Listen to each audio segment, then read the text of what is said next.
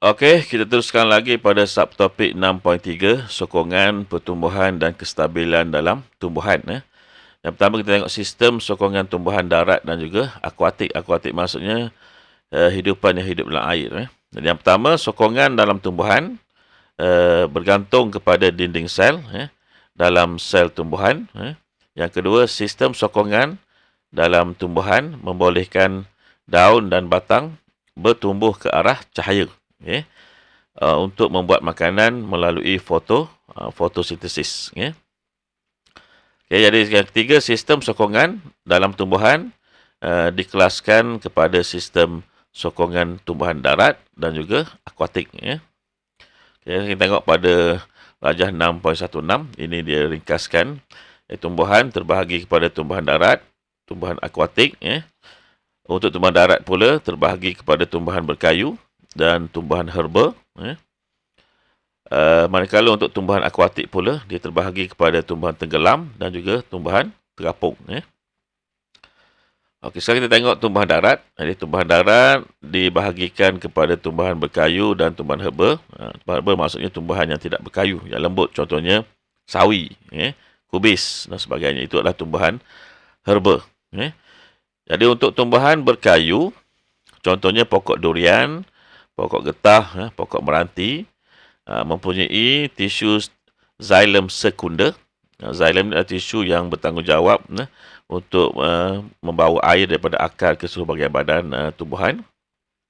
Dan tisu xylem sekunder yang keras atau gelang-gelang tisu berkayu. Kemudian kita ada tumbuhan, biasanya tumbuh tinggi, tegak dan kukuh.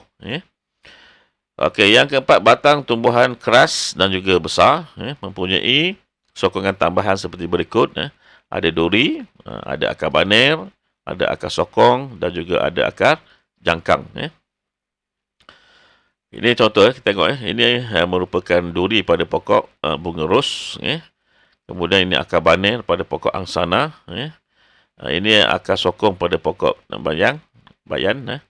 Dan ini akar jangkang pada pokok pakau. Okey, untuk tumbuhan herba pula, contohnya pokok jagung, pokok pisang, pokok sawi, tidak mempunyai tisu yang berkayu. Sokongan tumbuhan bergantung kepada kesegahan sel. Kesegahan sel maksudnya jumlah air yang ada dalam sel tadi akan menolak pada dinding sel yang menghasilkan satu sel yang segah, yang betul, yang kembang lah. Okey, yang keempat, gentian selulosa di bahagian bawah epidermis memberi sokongan kepada batang. Mempunyai sokongan tambahan, kita akan pada 6.5 nanti. Seperti yang berikut, kita ada yang pertama sulopaut, akar cengkam, batang berongga dan juga batang lilit. Contoh dia.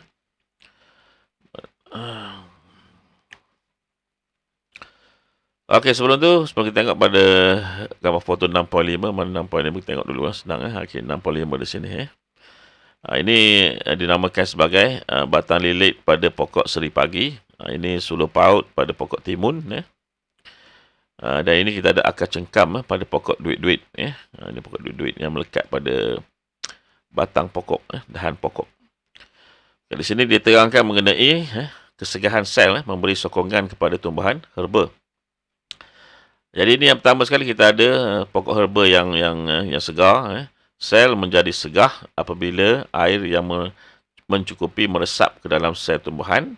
Batang dan daun tegak dan teguh, sel yang segah memberikan sokongan kepada tumbuhan ini. Dalam ini kita ada vakuol yang mengisi air dan dia menghasilkan tekanan kepada dinding sel yang ada dalam sel tumbuhan ini, menghasilkan satu sel yang maksimum lah. Boleh kita katakan maksimum size dia. Jadi ini yang menjadikan pokok segar. Yang ini pula sel kehilangan air dan menjadi flasid. Batang dan daun menjadi lembek dan layu. Sel yang flasid tidak memberi sokongan kepada tumbuhan. Ini keadaan dia. Jadi membrane sel ini, membrane sel dia jauh daripada dinding sel. Menunjukkan bahawa ada banyak ruang kosong di sini, menyebabkan tekanan tidak dikenakan pada dinding sel. Jadi menyebabkan pokok jadi layu. Okey, sebenarnya sistem sokongan dalam tumbuhan akuatik, tumbuhan akuatik terdiri daripada tumbuhan tenggelam dan tumbuhan terapung, seperti mana ditunjukkan pada rajah 6.6, 6.7 ini 6.6, kita ada pokok Hydrilla species, kemudian kita ada pokok Kabomba species. Ini kamu boleh tengok dalam kolam dan tasik maran sebagainya contohnya. Manakala 6.17 kita ada Acornia species, kita ada Nelumbium species, contoh dia. Dan pada gambar foto 68 ini tunjukkan kelihatan rentas batang pokok teratai menunjukkan ada banyak ruang udara. Ini untuk pokok yang terapung lah. Okey, seterusnya yang kedua, tumbuhan akuatik mempunyai mempunyai struktur dan tisu yang disokong oleh daya apungan air dan daya julangan air di sekelilingnya. Yang ketiga, tumbuhan akuatik mempunyai tisu berspan yang ringan dan mengandungi banyak ruang udara yang dikenali sebagai tisu aerenkima. Aeren maksudnya ada udara lah, air, daripada perkataan air. Aerenkima, tisu yang ada ruang udara. Yang keempat, ruang udara dalam tisu aerenkima dan batang berongga membolehkan tumbuhan akuatik terapung, seperti tunjukkan dalam rajah foto 6.8. 6.8 kita tengok tadi lah. Ini, batang yang berongga. Okey, seterusnya kita tengok pada tumbuhan tenggelam. Contohnya Hydrilla species, Ilodia species, Kabomba species dan Utricularia species. Jadi struktur daun yang halus dan nipis untuk mengurangkan rintangan air yang melaluinya. Kalau dia nipis, jadi kalau air bergerak, dia taklah terikut pada gerakan itu sangat. Tapi kalau daun dia lebar, bila air bergerak, maka dia akan menyebabkan rintangan yang tinggi pada daun dan pokok akan bengkok dengan sangat ekstrim lah. Yang ketiga, batang yang lembut dan kurus. Kemudian keempat, ruang udara pada batang dan daun untuk menyokong tumbuhan. Dan tumbuhan dilitupi cuticle yang nipis. Seterusnya kita ada tumbuhan terapung. Contohnya telepok, Nymphaea species, teratai, Nelumbium species dan keladi bunting, Acornia species. Daun, batang dan akar mempunyai ruang udara untuk mengapungkan tumbuhan. Daun dilitupi cuticle yang tebal dan akar serabut merangkap gelembung-gelembung udara tersebut. Jadi ini yang menghasilkan apungan pada pokok-pokok herba akuatik yang terapung. Okey, seterusnya kita tengok mengenai menentukan usia tumbuhan berkayu. Yang pertama, usia bagi tumbuhan berkayu yang tumbuh di negara beriklim sederhana boleh ditentukan berdasarkan bilangan gelang, bilangan gelang pertumbuhan. Ini merupakan contoh pada gambar foto 6.9 ini merupakan gelang-gelang pertumbuhan yang boleh kita nampak lah. Ini satu ni tengah ni, ini yang pertama, yang kedua, 1, 2, okey. Yang keempat, ini 1, 2, yang kelima dan sebagainya lah. Yang kedua, gelang pertumbuhan menunjukkan pertumbuhan sekunder pokok pada musim-musim yang berbeza.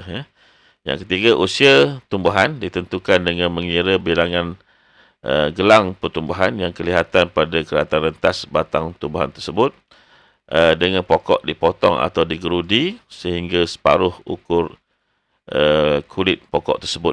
Kita nak sampai ke tengah dia. Okay, satu gelang pertumbuhan terdiri daripada satu gelang yang berwarna cerah dan satu gelang yang berwarna gelap. Ini nampak jelas. Ada yang cerah, ada yang gelap.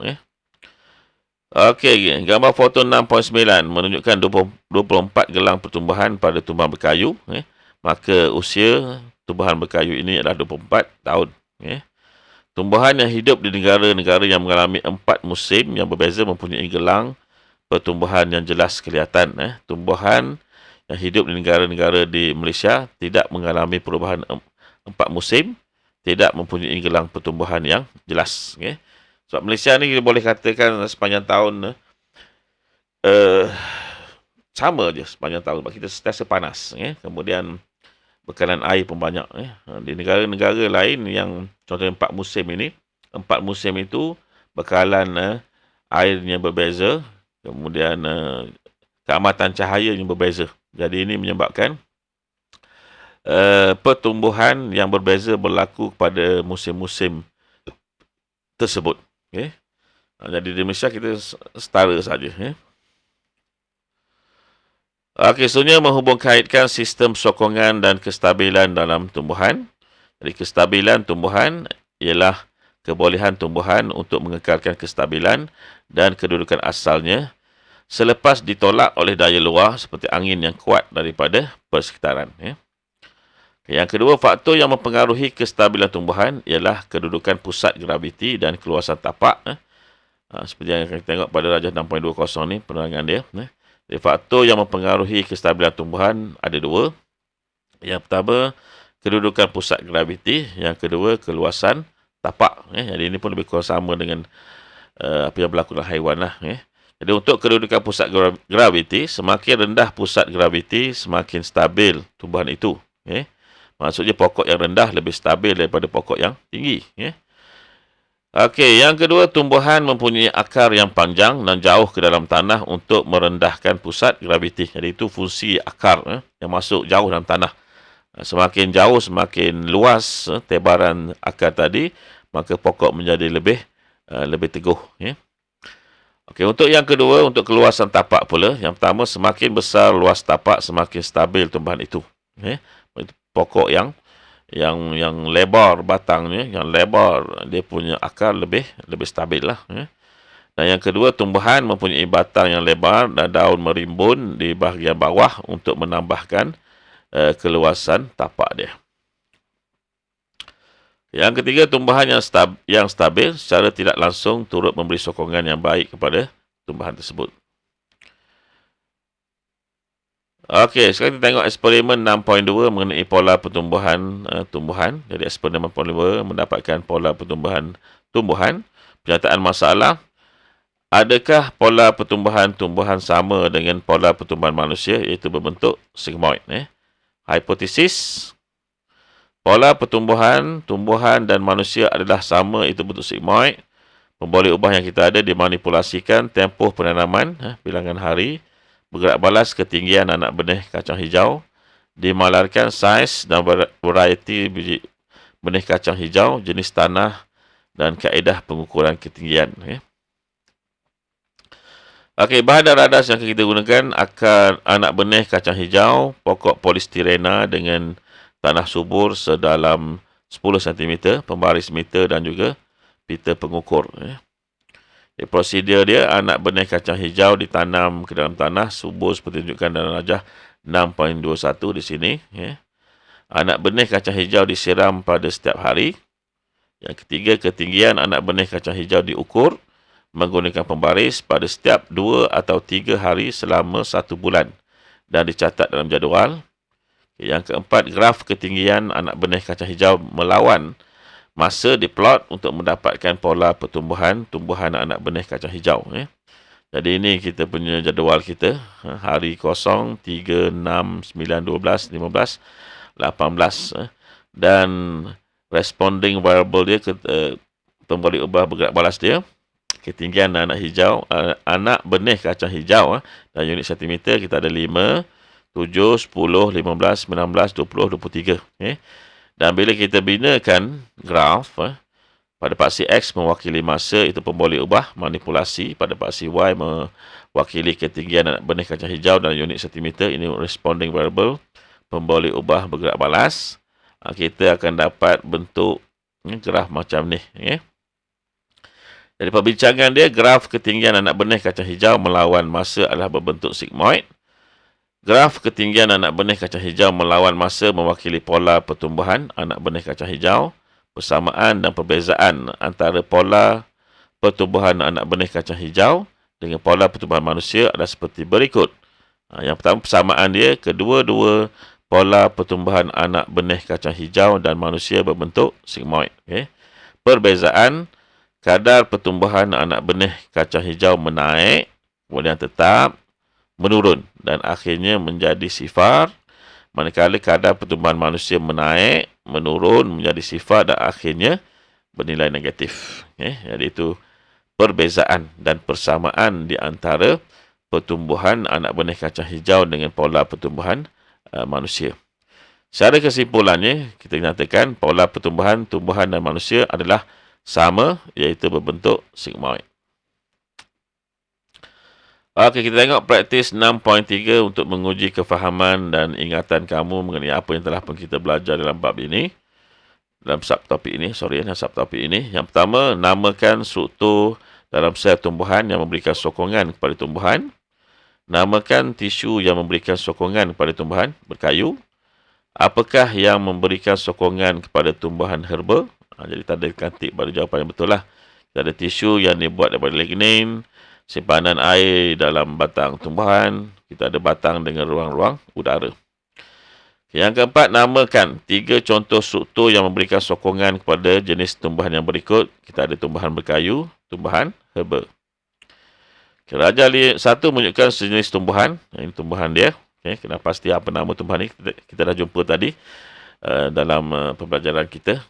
Namakan sistem sokongan bagi tumbuhan dalam Raja 1. Okay, yang keenam, nyatakan 2 faktor yang mempengaruhi kestabilan dalam tumbuhan. Yang kedua, B, bagaimanakah kedua-dua faktor di 6A mempengaruhi kestabilan dalam tumbuhan. Okay. Jadi ini soalan kamu boleh tanya diri kamu sendiri, cuba jawab untuk uji kefahaman dan ingatan kamu dengan fakta-fakta ataupun dengan apa yang telah pun kita belajar dalam bab ini. Okey, jadi selepas ini cikgu akan berikan soalan kepada kamu dalam bentuk Google Form yang wajib kamu jawab kemudian hantar kepada saya. Assalamualaikum warahmatullahi wabarakatuh.